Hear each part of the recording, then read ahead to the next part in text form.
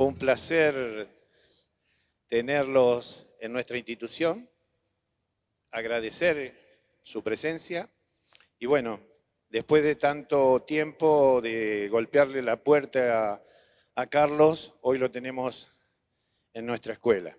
No quería venir, pero bueno, lo convencí. Así que bueno, llevó un año. Así que ustedes no me vienen a escuchar a mí, lo vienen a escuchar a él, pero fundamentalmente agradecerle la deferencia, su tiempo de viajar hoy a las 9 de la mañana, llegar a las 4:30 de la tarde, estar acá un par de horas y volver, es decir, una nobleza muy grande. Así que bueno, me gustaría que mínimamente lo presentemos y luego entraremos en el conversatorio, ese arte de vivir, de girar, de mirar desde otra perspectiva para construir conocimiento. Gracias. El doctor Carlos Escliar, investigador principal del Instituto de Investigaciones Sociales de América Latina, ICSAL, Flaxo, CONICET, y del área de educación de la Facultad Latinoamericana de Ciencias Sociales, Flaxo, Argentina. Doctor en fonología, con especialidad en problemas de comunicación humana. Sí, gracias. Realizó estudios de posgrado y posgrado en el Consejo Nacional de Investigaciones de Italia, en la Universidad de Barcelona y en la Universidad Federal de Río Grande do Sul, Brasil. Fue coordinador del área de educación de Flaxo en el periodo 2008-2011. Actualmente coordina los cursos de posgrado Pedagogías de las Diferencias y Escrituras, Creatividad Humana y Comunicación, en la sede argentina de la Facultad Latinoamericana de Ciencias Sociales. Escribió, entre otros, los ensayos educativos y filosóficos Y si el otro no estuviera ahí, Habitantes de Babel, Política y Poética de la Diferencia, y así un sinnúmero de obras cuya gentileza dice que avance. Publicó los libros de poemas Primera Conjunción, Hijos Después y Voz Apenas, de microrrelatos.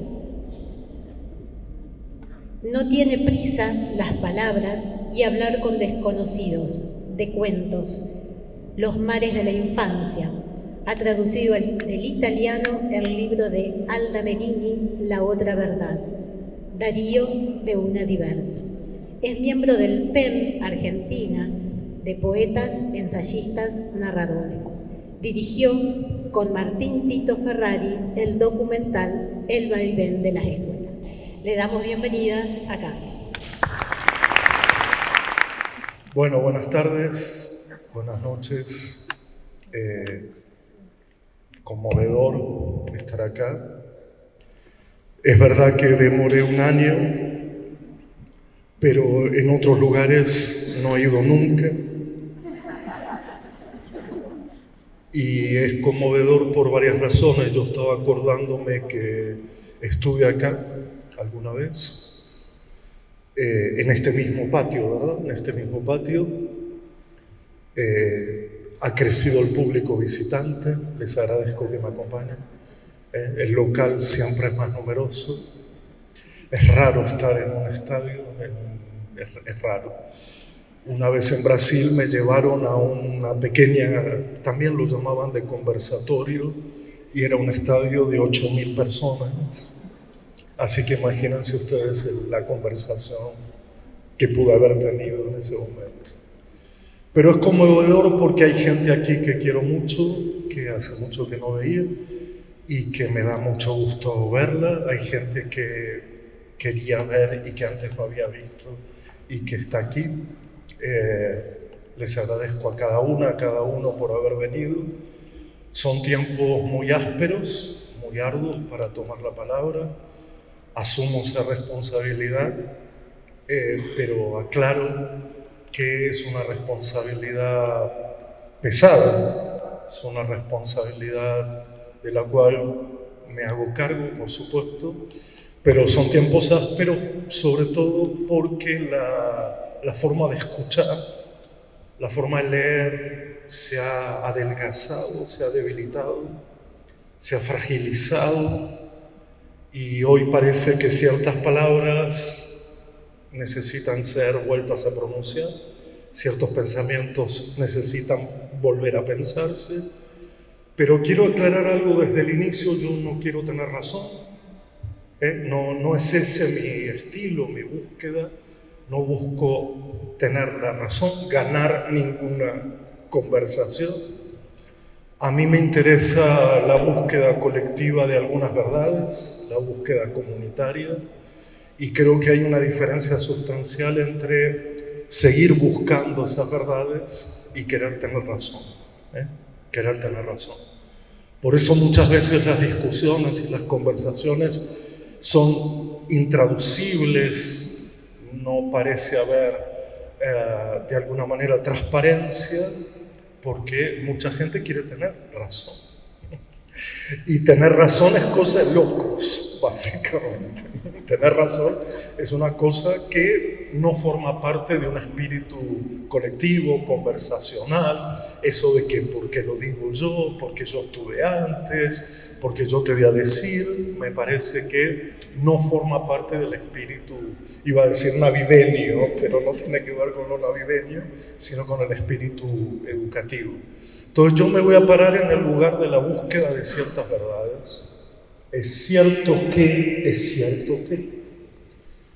algunas de esas verdades, como por ejemplo la idea de igualdad, la idea de derecho, la idea de justicia, la idea de inclusión, hoy parecen estar dinamitadas o al menos puestas bajo sospecha, o peor aún, en algunos casos parecen intransitables en esta aridez y en esta precariedad en la que estamos viviendo.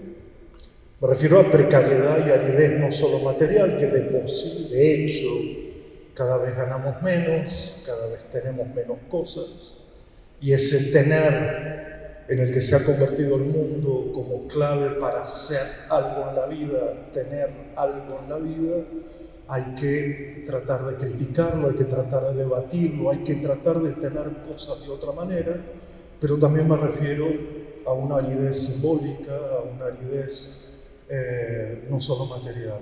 Quiero decir, estamos viviendo una doble precariedad, para así decirlo. Yo sé que esas ideas que uno viene sosteniendo colectivamente hace muchos años están puestas bajo sospecha, están puestas bajo amenaza inclusive, y eso podría exigir de nuestra parte dos procedimientos que me parece que serían valiosos para esta época.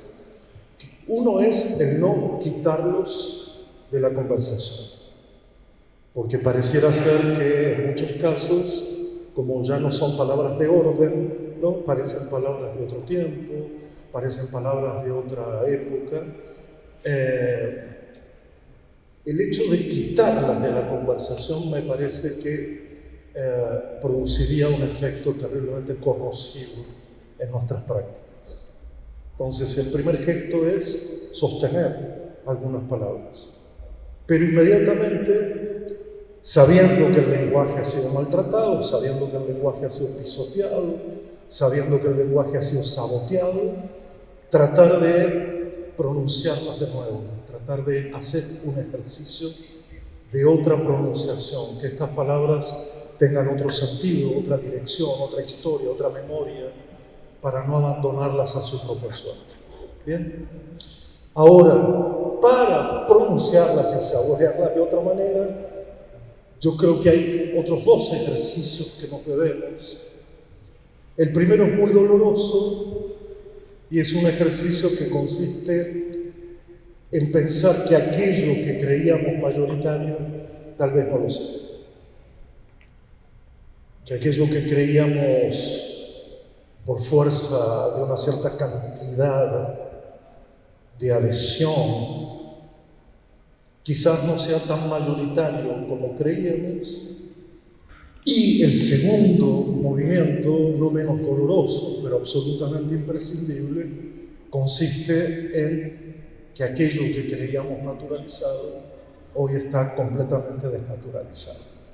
De tal manera que como introducción hay aquí una idea de defensa de ciertas verdades o de, si ustedes quieren, un elogio a ciertas palabras, un elogio.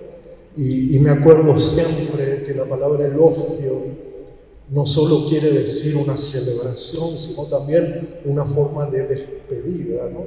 Cuando uno hace una elegía de aquello que pasó, lo que está haciendo es celebrar aquello que pasó, pero de algún modo también despedirlo para darle una nueva entidad, para darle un nuevo recuerdo. De tal manera que en esta torpe introducción, lo que quiero decir con este elogio de algunas palabras o de algunas ideas o de algunos pensamientos, es que lo que creíamos mayoritario dejó de serlo, lo que creíamos natural dejó de serlo, y nos toca el difícil proceso de desnaturalizar y pensar austera y humildemente desde una posición no autoritaria, desde una posición no mayoritaria, el valor de esas palabras. Si esas palabras todavía siguen vigentes, si esas palabras todavía quieren decir algo, y obviamente no me estoy refiriendo a las palabras en términos lexicales o en términos solo semánticos, qué quiere decir la palabra igualdad, qué quiere decir la palabra justicia, sino en términos, repito, que para mí en educación cada palabra o es comunitaria o no lo es decir, o es comunitaria o es una palabra de autoridad, y creo entender que estas palabras tan queridas, tan amables, tan amadas, repito, como igualdad, justicia, derecho, han tenido una interpretación desde un amplio sector de la población que quizá tenía que ver más con una sensación de promesa no cumplida que de realidad. Es decir, se han pronunciado ciertas palabras necesariamente en términos de promesa, en términos de destino, en términos de porvenir, pero habría que preguntarse cuánto dura una promesa, cuánto dura la ilusión de una palabra, cuánto una palabra se puede sostener a lo largo del tiempo sin que se materialice del todo. Y creo entender, porque he recorrido territorios, tiempos, que aquí radica uno de los principales problemas de la encrucijada educativa de hoy. Es decir, ya no podemos esbozar la promesa. Hay algo de esa promesa que para muchos se ha vuelto artificio o falsedad y que para nosotros necesita estar en el presente y no ya como promesa de futuro, y por lo tanto requiere de otra relación justamente con esas palabras. Es decir, cuando uno dice prometo la igualdad a largo plazo, a cuando uno dice hay igualdad aquí y ahora, en este momento. Es decir, ¿cómo podemos, voy a utilizar un neologismo, presentificar estas palabras, en vez de ponerlas en un territorio de demasiado espacio, ¿no? Como diciendo, la igualdad vendrá algún día, el derecho vendrá algún día, la justicia algún día reinará. Pero esto es en términos bíblicos y nosotros no adoptamos esa relación con el lenguaje. Entonces creo que aquí podría estar la encrucijada en la cual estamos completamente encerrados, aprisionados, angustiados, atrapados, y quizás para desatar este nudo haya que pensar en una palabra distinta, en una palabra que ponga en juego no ya un futuro insondable, inmedible, intratable, inexpirable, sino un presente. Curiosamente, un presente que ya es insoportable. Y aquí es donde la encrucijada hace un giro más. Es decir, invito a vivir, a habitar, a pensar estas palabras en un presente, tomando en cuenta que ese presente es insoportable para la mayoría de la población. No estoy refiriéndome solamente a un acto de gobierno, estoy refiriéndome a condiciones materiales evidentes. Es insoportable en el sentido que no se puede soportar el trabajo, no se puede soportar el hambre, no se puede soportar los impuestos, los aumentos, la inflación. Y si alguien me reclamara, ¿por qué no lo dijiste antes? Como siempre nos dicen ahora, pero no te escuché decir, bueno, no soy un periodista, digamos, yo no trabajo, no hago zócalos, no estoy en ese métier. Claro que dije muchas cosas antes, claro que no estaba en una fiesta, claro.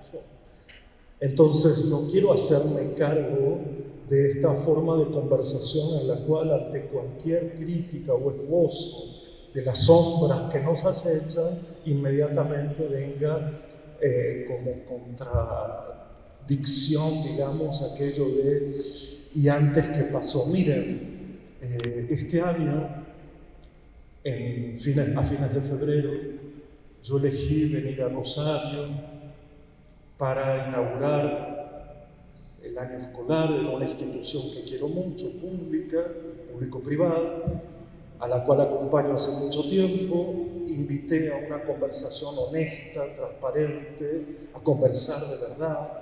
Yo iba a tomar la palabra un ratito, pero después abría absolutamente a que digamos lo que estábamos sintiendo.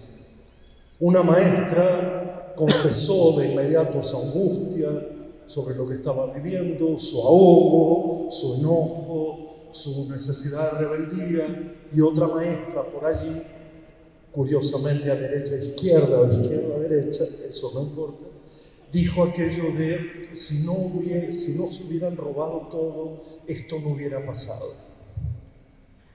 Me quedé paralizado por las dos circunstancias, por la angustia personal de cómo se vive un proceso histórico y por la otra intervención que de alguna manera angustiada también, pero por otra razón, ponía en debate dos angustias. Mi invitación era que no discutamos a través de memes. Esta es mi discusión. Esa batalla no es la batalla cultural. Yo sé que habitamos las redes, yo sé que creemos que ahí se juega algo distinto a lo que se juega en los libros, distinto a lo que se juega en las aulas, lo sé, lo reconozco, lo admito, incluso a veces lo utilizo. Pero me da la impresión que si vamos a discutir por memes, no vamos a conversar, no vamos a crear comunidad, no vamos a hacer lo colectivo que sugiere cualquier proceso educativo común. Por la siguiente razón, no me interesa, de verdad lo digo, no me interesa qué estás pensando, me interesa cómo llegaste a ella. Creo que nos debemos colectivamente, no el título de nuestro pensamiento, no esa frase hecha, son todos unos ladrones, o por el contrario, alguna otra frase hecha también. ¿Cómo llegamos a ello? Esa es una pregunta educativa de fondo. Quiero saber no tanto lo que pensar, sino cuál es la experiencia, cuál es la historia que ha dado lugar, que ha dado cabida a que llegues a pensar esto. No lo hicimos. Forman parte de lo que todavía debe ser un aula. Contribuir no a los títulos, no a las formas de pensar consagradas, sino a profanar esa consagración en nombre de una historia que merece ser guardada, conservada, cuidada, querida. La salida siempre es la palabra recomenzar. Siempre. Hay una frase que circula, que se ha hecho meme, que se ha hecho póster, pero se ha hecho taza. Y creo que se ha hecho remera, camiseta, que dice: somos artesanos de recomienzos. Alguna vez lo dije como una imagen honda, querible, de lo que es nuestra tarea. Somos artesanos de recomienzos, poniendo estas dos palabras en juego. Artesanos, artesanía, algo que se elabora como un tejido, como una alfarería, no como una técnica, sino como un arte. Somos artesanos de recomienzos, tomando en cuenta una larga tradición de la historia filosófica de la educación, que es la palabra comenzar. Comenzar, lo que comienza. Lo que en la crisis, en la educación, allá en el año 57, una mujer llamada Hannah Arendt planteó como la idea educativa por excelencia. Ella hablaba de comenzar, yo hablo humildemente de recomenzar. Básicamente, ¿cuál es la idea? ¿Cuál es la idea? Como artesanos de recomienzos, creo o deberíamos creer que no hay destinos trazados de antemano, que ningún destino es natural, que ningún destino puede ser marcado a fuego desde que se nace en adelante, porque esto contradice flagrantemente la idea de formación. Es decir, no porque no tenga forma una vida, sino porque podría tener múltiples formas, lo que es distinto. Hay una interpretación que diría: la formación va de lo informe o de lo aforme o de lo deforme a la forma, y yo lo que digo es: hay una forma, pero puede multiplicarse. Es esa idea tan clara de Hannah Arendt, que educar es entrar al mundo de lo plural, no al mundo de lo personal. No tiene que ver con conservar la vida que te ha tocado, el mundo que te ha tocado, sino justamente poder comenzar no como si fuéramos nada antes, sino comenzar en otras direcciones. Piénsenlo en la vida de ustedes. ¿Qué hubiera pasado si de verdad se hubiera decretado un destino por el barrio en que nacieron, por el cuerpo con el que vinieron al mundo, por la familia que han tenido? Y si de verdad los momentos más trascendentes de la vida no fueron justamente los momentos en que pudieron tomar otro rumbo, más allá de dónde nacieron, con qué cuerpo tenían, en qué barrio estaban, con qué familia vivían. No para desapegarse, no para negar esa historia. Repito, el recomienzo tiene una resonancia con la palabra multiplicidad. No es recomenzar lo mismo, no es recomenzar repitiendo la historia, es recomenzar para ir en otras tantas posibles direcciones. ¿Qué es una institución educativa sino ese encuentro no curricular? No tiene que ver con lo que yo haga con eso, sino ese encuentro con lo múltiple de tantas otras vidas, de tantos otros mundos que se hacen presentes en esa institución. Ya es de por sí esa multiplicidad. Que luego el currículum quiera retratarlo, bueno, a veces lo hace muy torpemente. Lo hemos hecho muy torpemente. Pero la multiplicidad está allí. Cualquiera recordaría, yo lo hago, que en mi primaria el descubrimiento de otros niños, con otras familias, de mis compañeros, con otras historias, otros cuerpos, todo, para mí era la sorpresa mayúscula que fue salir de mi vida personal, privada, íntima, familiar y pasar a ese gran mundo que es el mundo que la educación presenta y pone sobre la mesa. El mundo de lo múltiple, la idea de recomenzar. Aquí recomenzamos, aquí no repetimos, aquí tu historia nos interesa, pero tal vez se pueda contar de muchas maneras. Hannah Arendt lo dice en dos pasajes muy diferentes. En uno lo dice a partir de los vocablos griegos, zoé y bios, es decir, hay una vida zoológica, hay una vida que es cualquier vida, hay una vida equivalente a las demás vidas, hay una vida que nace, crece, se reproduce en algunos casos y muere. Por lo tanto, es una vida sin autoría, es una vida sin novela, para decirlo así, es una vida que no dice nada, porque es como cualquier otra vida. Sin embargo, ella reserva ese bios griego para decir, claro, suena a biología, por supuesto, pero sobre todo resuena a biografía.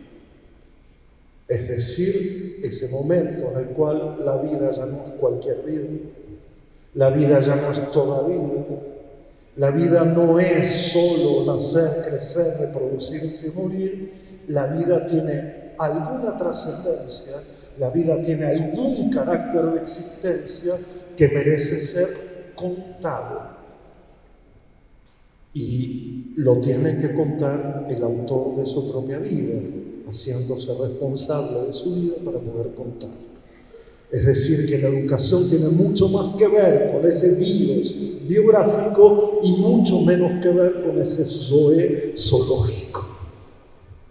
Si se entiende esta distinción, creo que nuestro abordaje, nuestro gesto ético de educar consistiría justamente en que esa entrada a la pluralidad, a la multiplicidad de los nuevos, de los que vienen al mundo, esté acompañada por un proceso narrativo, biográfico, en una época en que ese proceso narrativo está siendo claramente sustituido por la micronarratividad visual. Eso enseguida lo comentaré, porque creo que es otro detalle que tendríamos que tener en cuenta sobre esta época en la que vivimos. El segundo pasaje que me interesa rescatar de aquella obra fantástica es la idea de amor. Claro, siempre digo lo mismo, cuando uno habla de amor en la educación, inmediatamente hay rostros que miran, ¿no? La banalidad de la idea del amor, la superficialidad, amo a mis chicos, amo a la infancia, o no sé qué, no es ese el amor de Hannah Arendt, no es ese el amor de Hannah Arendt. Es otro amor, es un amor político, claramente, ¿no? Es un amor estético, es un amor ético, pero es profundamente político. Es en esa artesanía de ofrecer recomienzos hay un gesto político, no hay solo un gesto de bondad, para llamarlo de alguna manera. ¿Y en qué consiste ese gesto de amor? Y ella lo plantea de dos modos muy curiosos, pero muy centrales, muy esenciales. Y perdonen si ya conocen esto, pero me parece que nos inspira para repensar nuestras palabras. Y ella lo dice como, por un lado, el amor al mundo. Educar tiene que ver con un cierto amor al mundo. Y aquí creo que hay que hacer un pequeño paréntesis y decir, ¿puede un educador, una educadora odiar el mundo, es decir, aborrecer del mundo, aborrecer de las cosas que valen la pena del mundo? ¿Puede un educador, una educadora odiar hasta tal punto la Tierra, el planeta, como para contribuir a apoyar ideas de extractivismo, por ejemplo? ¿Puede? Me refiero que educar cito más o menos textualmente, tiene que ver con amar al mundo lo suficiente para no contribuir a su ruina. La palabra ruina desde los años 50, saliendo de la Segunda Guerra Mundial, era evidente. Hoy tenemos otras ruinas. Ni que hablar de la tierra exhausta, completamente exhausta.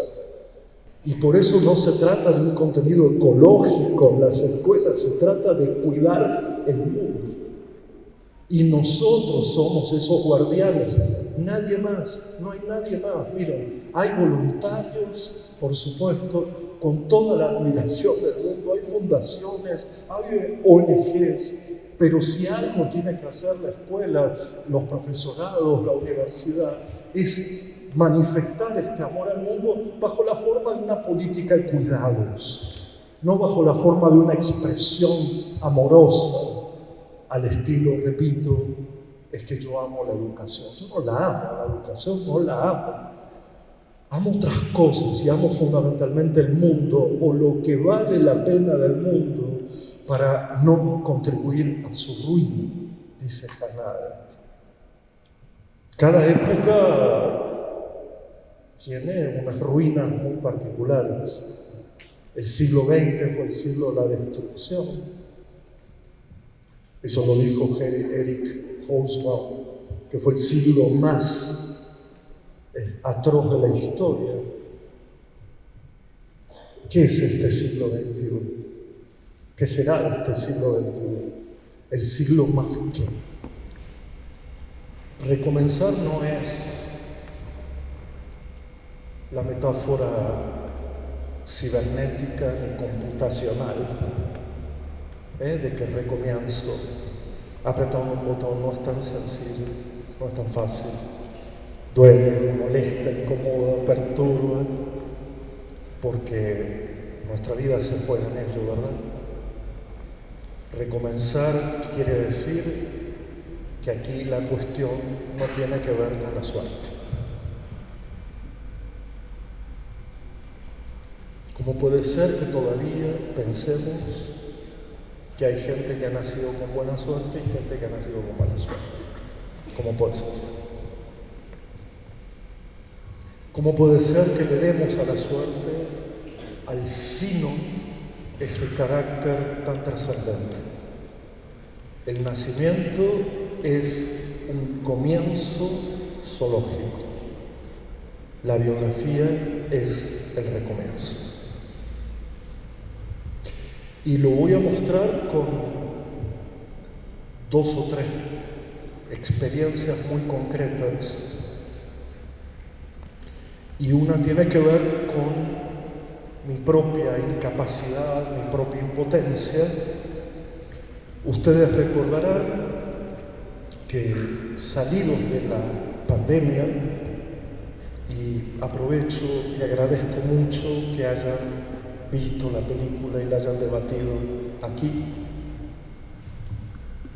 parece tan lejano, parece de otro momento, ¿no? Y sin embargo todavía hay algo que resuena sobre la escuela que queríamos saliendo de la pandemia, lo que pensábamos, la necesidad de volver, de encontrarnos. Y hoy sobrevuela una idea de mejor seguimos a distancia. Hay gente que le encanta hablar del fin de las cosas, le encanta. El fin de la verdad, el fin de la historia, el fin del amor, ¿no? Todos hoy hablan del fin de las cosas. Entre ellas se planteaba que asistíamos al fin de la escuela tal como la conocíamos, que en términos de Hannah Arendt estaría vinculada a 2 palabras clave: tradición y autoridad. En la crisis en la educación, Hannah Arendt dice, bueno, la contradicción que tiene o la crisis que tiene la educación es que al mismo tiempo que plantea ese amor, esa amabilidad, tiene que sostener cierta tradición del mundo, no renovarlo tan abruptamente, no violentarlo tan abruptamente, tiene que haber una cierta tradición y hay una autoridad que nos viene por nuestra labor, por nuestra tarea, por nuestra profesión, no por nuestro salario. Dicho aparte. Con esa idea de que estábamos ante el fin de la escuela, que es todo un género literario, está lleno la filosofía, la política, la economía de enunciar los fines de las cosas, catastróficamente a veces, otras veces más suaves. Un género, por otro lado, muy personal, ¿no? ¿Quién dice que estamos ante el fin? ¿El fin? ¿Quién lo dice? ¿Con qué autoridad pronuncio la idea de fin, ¿no? De que algo se termina? Justo en ese momento fui a una comunidad de los Huarpes, una comunidad que está en San Juan, Mendoza, San Luis, una comunidad muy desplazada, que tienen un proyecto educativo, una escuelita chiquitita, en el medio de la montaña y tal. Y una de las personas que trabajaba allá me invitó a que habláramos con la comunidad del fin de la escuela. Y ahí fui, una tarde mucho calor, y me acuerdo perfectamente que sentados en círculo, yo estaba impaciente por tomar la palabra, como aquí, ¿no? Si quiero hablar, porque soy yo el que tiene que hablar, tomar la palabra. Y para eso me trajeron, ¿se recuerda? Y cada vez que iba a empezar, como diciendo, hay que empezar, ¿no? Porque esto tiene un fin, que es el Cronos.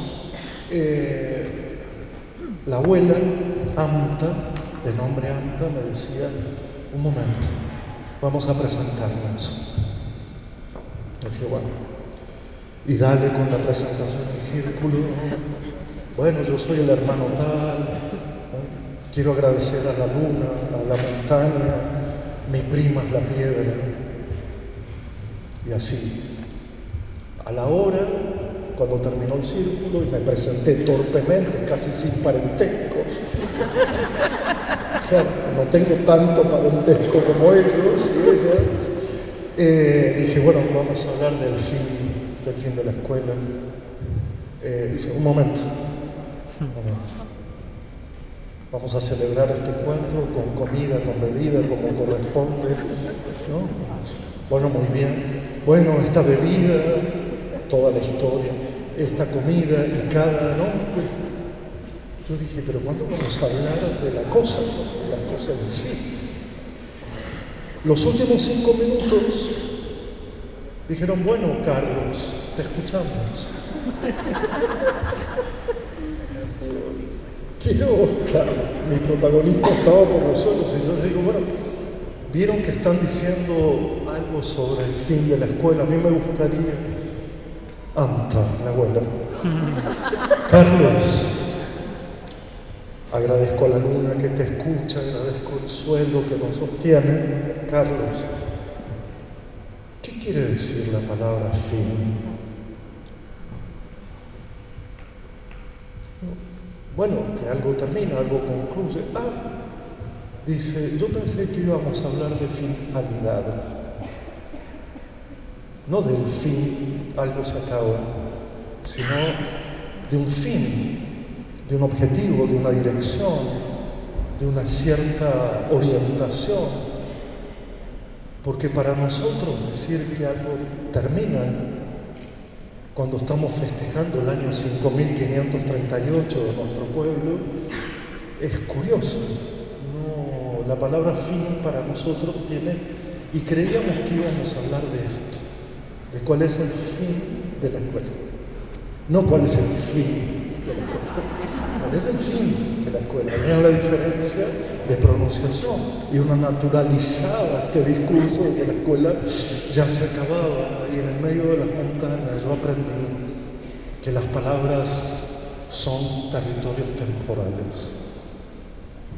Aprendí algo que no había aprendido hasta ahora con mis pocos añitos, prohibido reírse, que es la idea de que cada palabra tiene una forma de ser escuchada en un territorio y en un tiempo distinto a otro. y que esa palabra fin, aquí, en este territorio, en este tiempo, significará algo, pero allí significaba todo. Por lo tanto, en vez de hablar hay que escuchar. Escuchar. Primer paso, prestar atención. Primer paso, abrir los ojos y escuchar esas biografías a medio decir, a medio pronunciar, aunque sean inentendibles. Creo que ese ejercicio, en esa relación distinta con el territorio y en el tiempo, me hizo acordar a algo central que hoy está olvidado. Tendríamos, es una aspiración que tengo, que recuperar algunas imágenes del educar que están siendo rápidamente olvidadas o abandonadas o postergadas o asesinadas o masacradas. Algunas imágenes. Déjenme hacer este juego. Cuando uno estudia el origen de las paideias, no de la escuela moderna, sino allá en el origen de la civilización occidental y no solo occidental, descubre tres imágenes del educar que se armonizaban de una manera muy curiosa, sin pisotearse y sin entrar en juegos de poder. La idea de preparación, educar tiene que ver con prepararse. Primera imagen. Segunda imagen, la idea de educarse como cultivarse. Educar tiene que ver con un cultivo, me cultivo, la palabra cultivarse que viene de cultura, pero también viene de tierra, ¿no? Me cultivo. Y la palabra última, formarse. Estas tres palabras no competían, sino que la preparación estaba destinada al ejercicio, a lo que llamábamos la acción, ejercicios corporales, ejercicios espirituales, el ejercicio. La educación es un lugar donde ejercitarse y eso tiene que ver con la preparación. Lo entienden bien los gimnastas, los olímpicos, ¿no? Para que estamos en época olimpiada, cuya preparación consistía en el ejercicio, en ejercitarse corporalmente. Pero también lo entendían los sofistas, que se ejercitaban en el discurso, y también los religiosos, que se ejercitaban en los textos sagrados, y así seguía. Ejercitarse tiene que ver con una idea educativa llamada preparación. Paso de un estado al otro, me preparo para otra cosa, no estoy preparado lo suficiente, debo prepararme, etcétera, etcétera, y eso se resuelve con lo que llamamos la vida del ejercicio. Repito, esto está en la Academia de Platón, en el jardín de Epicuro, en el gimnasio de Sócrates, está en los Huarpe. Cuando dicen que hay que cuidar la tierra, lo que quieren decir no es que viene un especialista a hablarles del tema. Cuidan la tierra, ejercitan, hacen el ejercicio del cuidado, el ejercicio de la alfarería, el ejercicio del pensamiento. La segunda imagen no tiene demasiado secreto. Cultivarse quiere decir, en esa preparación, profundizar, crear raíces en algo en particular, sin utilidad probablemente, o sea, me cultivo estudiando, me cultivo leyendo. Entonces acá aparecen los ejercicios específicos que dieron entidad a las instituciones educativas. Cultivarse quiere decir eso, estudio, leo, aunque esto no tenga ninguna utilidad. Es casi, les diría, el cultivarse es antiutilitario o anticapitalista, para ser más francos. No tiene que ver con un provecho. Me cultivo leyendo poesía medieval inglesa y a quién le importa, digamos, ¿esto qué efecto puede producir en el capitalismo? Ninguno, justamente por eso. Es un espacio de, ya no de cuidado del cuerpo ni del cuidado de la mente, sino del cuidado del mundo. Por eso hay muchos filósofos que han estudiado la recuperación del estudio como un ejercicio o como un cultivarse de cuidado del mundo. Solo estudiando y leyendo conservamos algo del mundo que de otra manera se perdería, dejaría de existir. Y tercero estaría la formación. Es una imagen que tiene que ver con que todo esto, todo lo anterior, se hace de una manera comunitaria, colectiva, no individual, no aislada, no separada, porque tanto la preparación como el cultivarse tienen efectos en lo común, en lo público. Bien, distingo las tres, pero en realidad en muchas experiencias uno las ve perfectamente juntas, no son contradictorias. Uno se prepara, se ejercita, se cultiva y se forma. Sin embargo, hoy, y desde hace mucho tiempo, estas tres imágenes están reñidas, están trazando una batalla desigual donde la preparación está ganando la batalla. Pero quiero darle al sentido de la preparación algo que no es el histórico. ¿Qué es hoy la preparación sino una competencia individual por el conocimiento?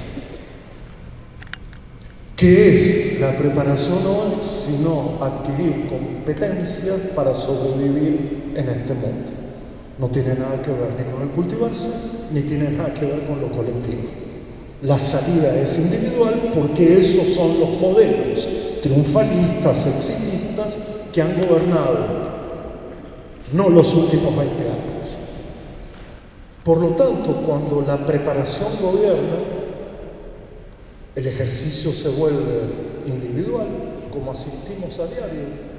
Es decir, es encender cualquier pantalla y un ejército de influencers nos van a decir cómo ejercitarnos para triunfar individualmente en la vida. No lo estoy juzgando, lo estoy describiendo. Lo estoy describiendo. Un ejército de influencers, coaching y todo lo que quieran intentan, incluso para salvarse individualmente y ganar su salario, digamos, modelar las vidas ajenas. Hay una suposición de que se puede hacer un modelaje de la vida. ¿Y quieren que les diga algo? No. O en todo caso traten que no. O en todo caso salvemos a los niños y a las niñas de esta idea de modelaje, porque ahí están los cimientos de este individualismo atroz que es contradictorio a la idea de formación y de cultivarse. Déjenmelo decir de otra manera. Si la preparación es competición y no conversación, capacitismo y no comunidad, provecho individual y no colectivo, ¿para qué todo esto? ¿Para qué las universidades públicas? ¿Para qué reunirnos tanta gente a pensar, a tratar de pensar algo de lo que nos pasa? Si no es justamente para intentar contradecir la fuerza arrolladora del individualismo más atroz. ¿Para qué sentarnos todos juntos si lo único que nos importa es nuestra vida propia, como si hubiera una propiedad privada sobre la vida? ¿Para qué? Una vida.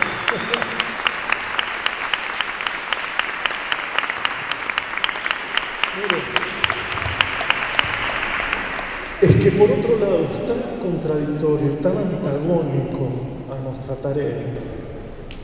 ¿De verdad queremos que los chicos, las chicas, lean, estudien y no solo se adapten a las exigencias del mundo?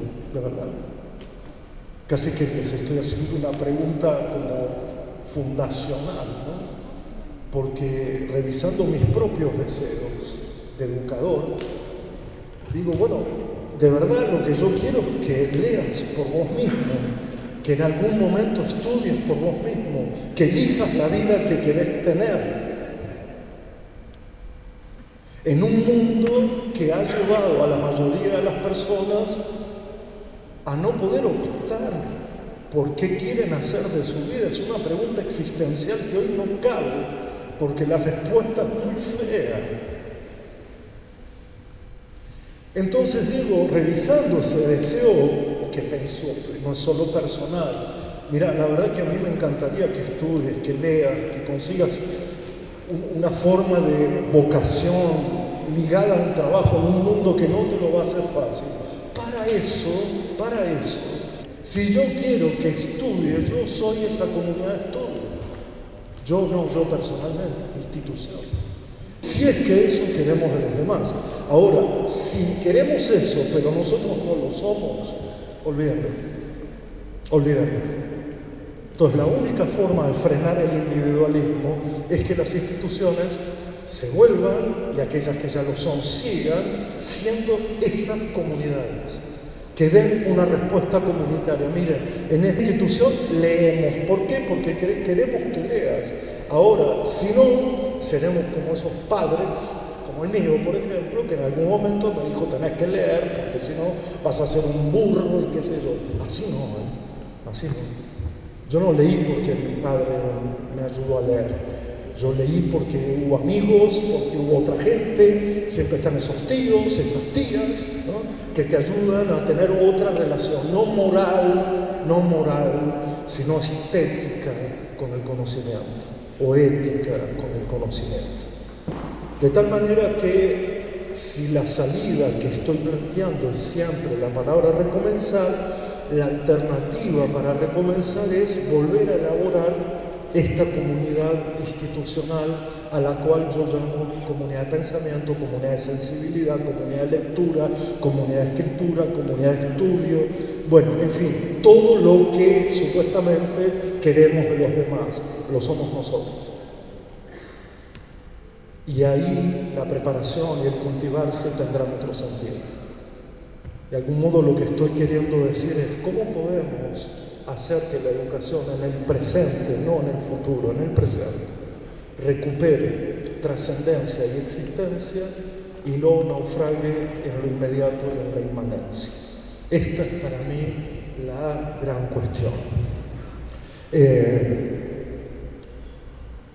Y viene el desenlace.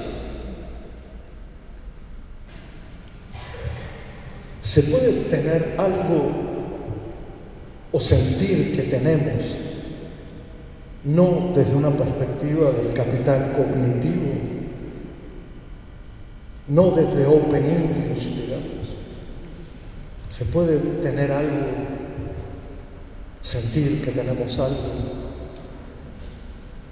Cuando te invitan a la tele, a la que no voy, a hablar de por qué la gente no tiene educación, con esa falsa atribución a algunos de que no tienen, es que no tienen, deberían tener, mientras lo que supuestamente tienen roban territorios, matan a diario, mienten. Quiero otra idea de tener, quiero que los chiquitos, los más chiquititos, puedan empezar la vida sintiendo otra relación con el tener, y no esta relación de que tener según lo que se tenga se es, en lo que el capitalismo nos ha llevado a una falsa descripción de nosotros mismos, hasta tal punto que si yo les preguntara a todos ustedes, por favor levanten la mano, ¿quiénes de todos ustedes tienen internet? Levanten la mano, por favor. Qué bárbaro. No la tienen, la pagan. ¿Qué cosa? Entonces, le he dado vuelta hace algunos años a la pregunta, ¿qué quiere decir tener educación? Y obviamente tratando de alejarme por completo de una idea posesiva, personal, repito, la educación como propiedad personal, yo tengo educación, y atribuir a otros que no tienen. Y me basé en dos testimonios, dos, muy diferentes entre sí. Y repito, este es el desenlace y lo aviso por si ya tienen ganas de irse. Estoy avisando de que voy a ir terminando, pero el desenlace es larguísimo.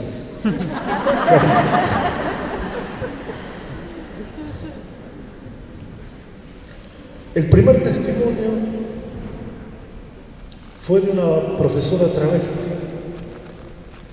que ahora o durante la pandemia dirigió un museo muy importante de la ciudad de Buenos Aires, un palacio museo, que escribió un libro fantástico donde cuenta todo el tiempo la idea de no haber tenido la posibilidad de tener una vida, de tener una historia, de tener un nombre, de tener un cuerpo, de tener un trabajo. Y lo cuenta y me lo contó porque hemos sido compañeros de un seminario, de una manera muy trágica. Su vida, su biografía, estaba narrada en no haber tenido, y que le hubiera encantado tener una vida, un mundo.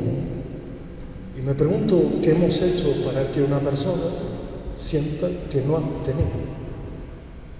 La hemos desprestigiado, humillado, como pasa hoy, ¿no? Con esa idea de para tener razón te desprecio, para tener razón te humillo, para tener razón te convierto en mi enemigo.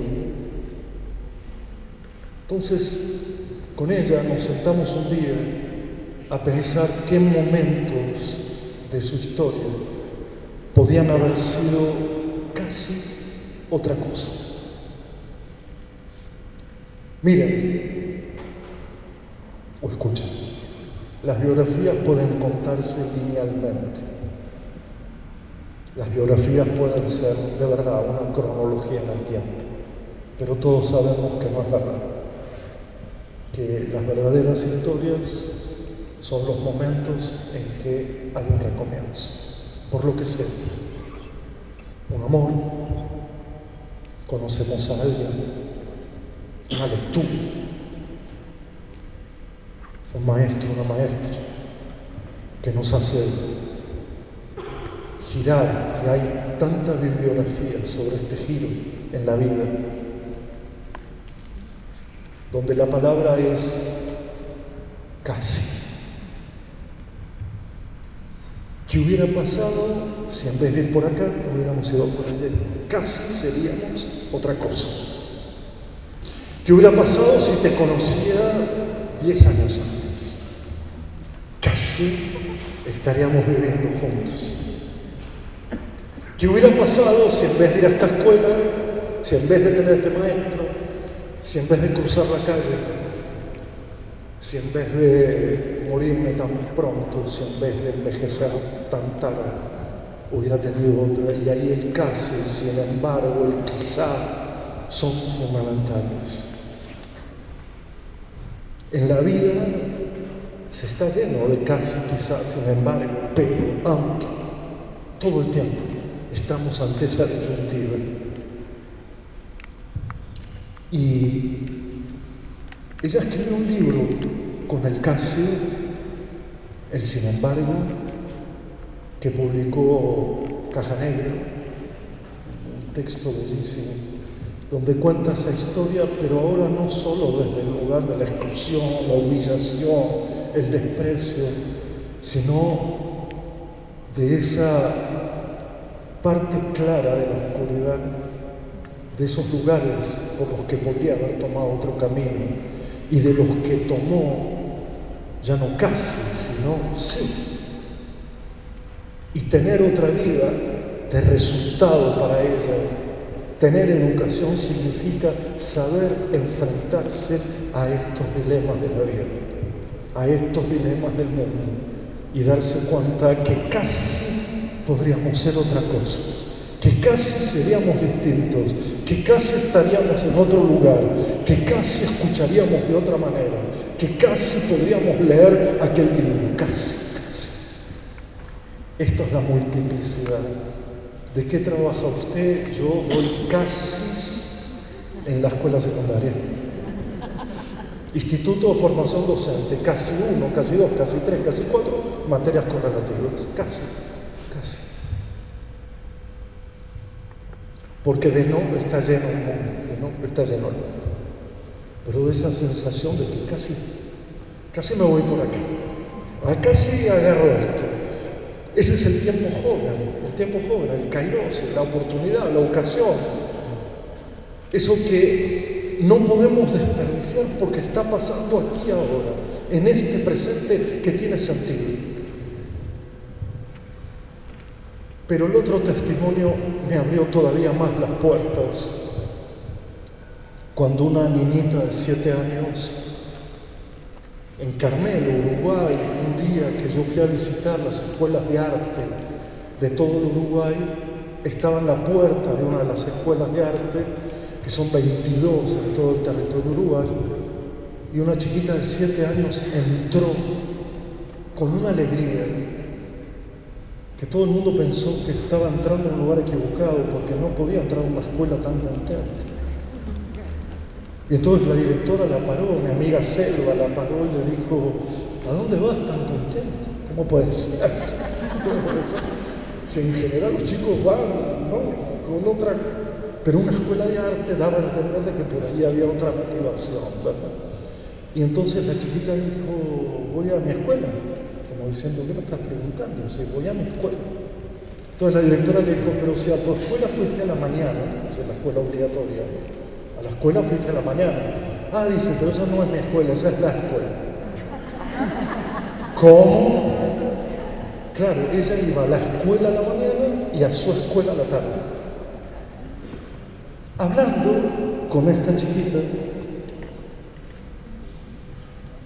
le digo: ¿me podés contar? Claro, uno queriendo saber la verdad de las cosas, de cómo hacer que toda escuela sea nuestra, de que toda institución educativa sea sentida y percibida como de verdad propia, no en el sentido de propiedad, sino en el sentido colectivo. Esa verdad que no descubrimos en todos nosotros. Yo insistí, decía: bueno, que tiene algo que es mí y que tiene algo que es la. Y una de las cosas que dijo es: en mi escuela puedo correr, puedo salir del aula, puedo elegir lo que hago, porque puedo hacer fotografía, música, teatro, video, cine, etc. Y en la otra escuela no puedo ni correr, ni salir del aula, ni elegir lo que quiero hacer. Lo que le daba el sentido de suyo era justamente sentir que había un grado de libertad, perdón por la palabra, un grado de libertad. ¿Alguien entendió? Jugar un poco esa idea de estoy con otros y con otras, pero al mismo tiempo soy yo también. Ese juego tan difícil entre lo plural y lo singular, entre lo colectivo y lo particular. Y entonces, como soy del CONICET y ñoqui, y tengo tiempo que ustedes me paguen, con mucha gente nos hemos puesto a estudiar el verbo tener. Tener tenía que ver con algo manual, se tenía, ¿no? Algo que se puede sostener. Se tiene mientras se sostiene. Cuando no se sostiene, no se tiene, no se posee. Nunca la mano está cerrada, porque además de sostener, la palabra tener proviene también del contener, tener con otros, o contener para que algo no se caiga, no se pierda, no se rompa, no desaparezca. Se sostiene y se conserva, se sostiene y contiene. Ese fue uno de los orígenes de la palabra tener. La palabra tener empezó a tener una filiación, un parentesco con la palabra haber. que nos dura hasta nuestros días, porque hoy podemos decir que tenemos igualdad cuando hay igualdad, con H.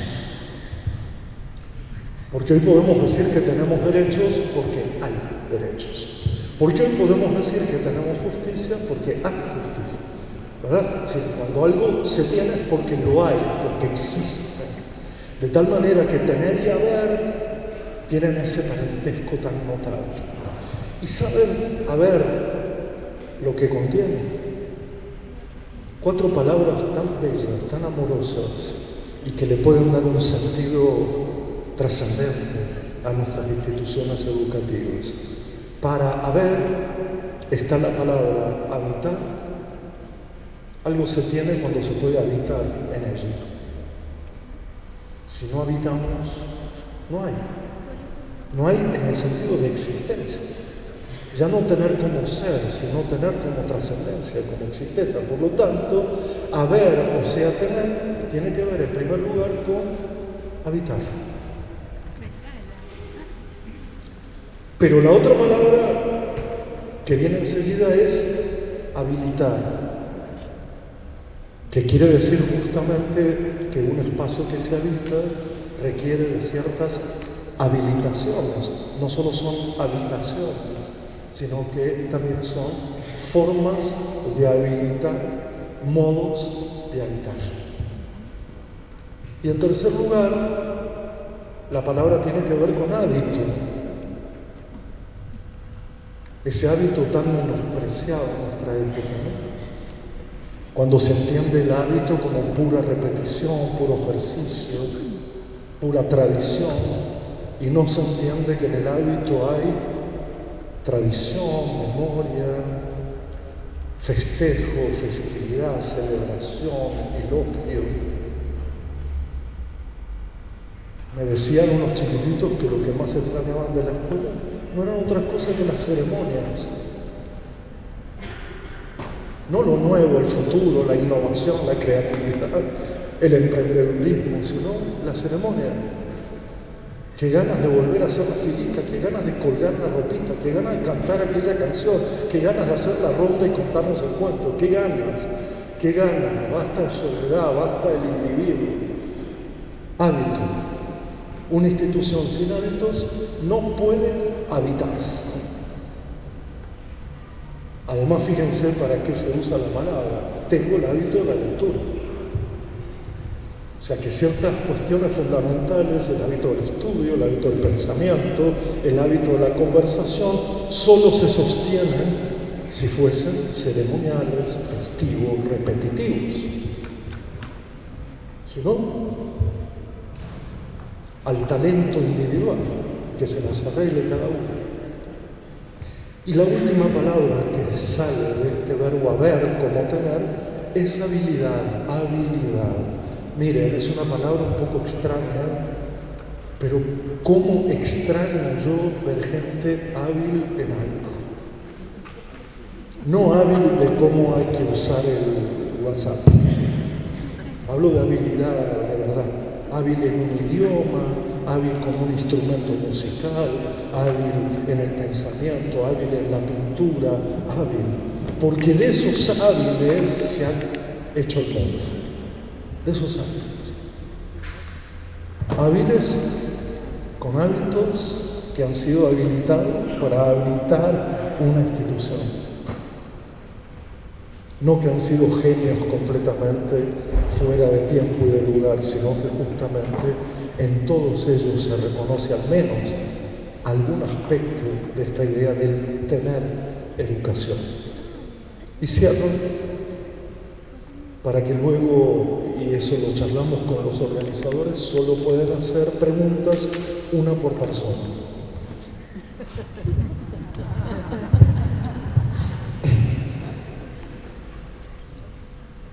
Quiero cerrar recordando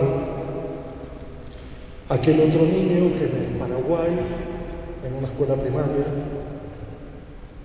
se pasó toda la mañana con un caballete, unas pinturas, papel, porque era el día del dibujo, Y entonces salió del aula, puso el caballete a 5 metros, empezó a hacer el gesto de que iba a pintar, hubo algo que no le interesó, guardó todo, levantó el caballete, se fue 10 metros más allá, se encontró con un grupo de maestros, conversó un rato, siguió 30 metros más allá, pateó una pelota, levantó una muñeca que estaba caída, jugó un rato con unos compañeros, puso el caballete, empezó a mirar, iba a dibujar, guardó todo, no dibujó, parece la abuela Anta, pero en otro sentido. Y así estuvo toda la mañana deambulando y no haciendo nada. Me dijo mi compañero al lado, me dijo, mirá, no hizo nada en toda la mañana. Y a mí como me da rabia esas opiniones, le dije, ¿cómo que no hizo nada? Se la pasó pintando toda la mañana. Se la pasó pintando toda la mañana. Miren, esto que parece una tontería, torpe como ejemplo, es un homenaje que hago a lo que yo creo que tiene que ser una escuela. Y si no decidimos entre nosotros, entre la comunidad, si ese chico, pintó o no pintó, no vamos a poder decidir ninguna otra cosa. Muchas gracias.